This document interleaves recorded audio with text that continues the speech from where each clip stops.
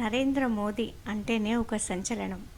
ఆయన తీసుకునే నిర్ణయాలు, విప్లవాత్మక మార్పులు, ఆర్థికపరమైన సంచలనాత్మకమైన నిర్ణయాలు, దాంతోపాటు అయోధ్య రామమందిర్ అయిండొచ్చు, ఆర్టికల్ 370 అయిండొచ్చు, ఎన్నో సంక్షేమ పథకాలు అయిండొచ్చు, ఇట్లా చెప్తూ పోతే చాలా ఉన్నాయి.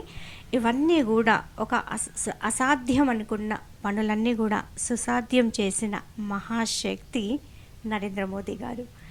ఆయన గురించి మాట్లాడేది ఇప్పుడు మీకు అర్థమవుతుంది. ఈ ఏమంటారు, ఎంతో యాక్టివ్గా దాదాపుగా రోజుకు 16 గంటలు తన యాక్టివిటీస్ ఎంతో ఉత్సాహంగా నిర్వహిస్తారు నరేంద్ర మోదీ. ఎన్నికల షెడ్యూల్ రిలీజ్ అయిన ఈ సందర్భంలో మొన్న రీసెంట్గా జరిగిన ఒక ఇన్సిడెంట్ను మీతో షేర్ చేసుకుంటాను.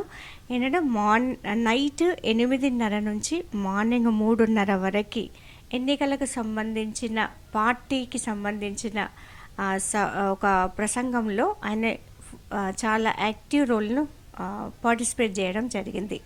నైట్ 8:30 నుంచి మార్నింగ్ 3:30 వరకు. దాని తర్వాత మార్నింగ్ 9 o'clockకి పార్టీకి సంబంధించిన ఒప్పందాలు, కేటాయించిన ఆ సభ్యులు, వీటికి సంబంధించిన దాంట్లో చాలా హెక్టిక్ షెడ్యూల్లో బిజీగా ఉన్నారు. దాంతోపాటు కంటిన్యూస్లీ పశ్చిమ బెంగాల్లో అంటే చాలా పెద్ద ఎత్తున నిర్వహించిన బహిరంగ సభలో తనదైన శైలిలో తన అనర్గళమైన వాక్ చాతుర్యంతో, సబ్జెక్ట్ నాలెడ్జ్తో అక్కడున్న ప్రజలని ఎన్నికల ప్రచారంలో హోరెత్తించారు నరేంద్ర మోడీ.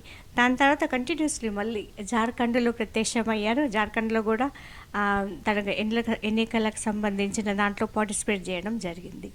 ఇదంతా ఎందుకు చెప్తున్నానంటే, ఒక 70 సంవత్సరాల వయస్సులో ఇన్ని గంటలు అంటే నైటు కామన్గా మామూలుగా ఒక నైట్ నిద్ర అంటే ఒక గంట 2 గంటలు నిద్ర లేకపోతేనే ఒక 1 hour ఒక 1.5 day రెస్ట్ తీసుకునే ఈ కాలంలో ఒక నరేంద్ర మోడీ అంత వయసులో కూడా ఎంత యాక్టివ్గా, ఉత్సాహంగా, ఎంతో తన స్పీచ్లో ఎక్కడ కూడా మనకి ఎంత కనిపించదు.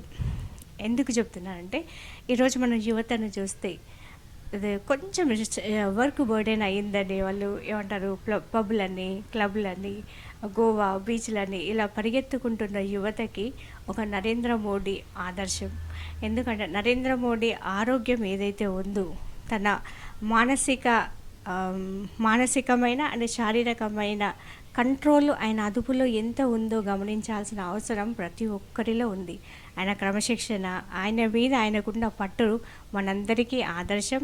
ఆయన ఆరోగ్యం కూడా మనందరికీ ఆదర్శం. ఆయన చూసి నేర్చుకోవాల్సిన అంశాలు ఎన్నో ఉన్నాయి.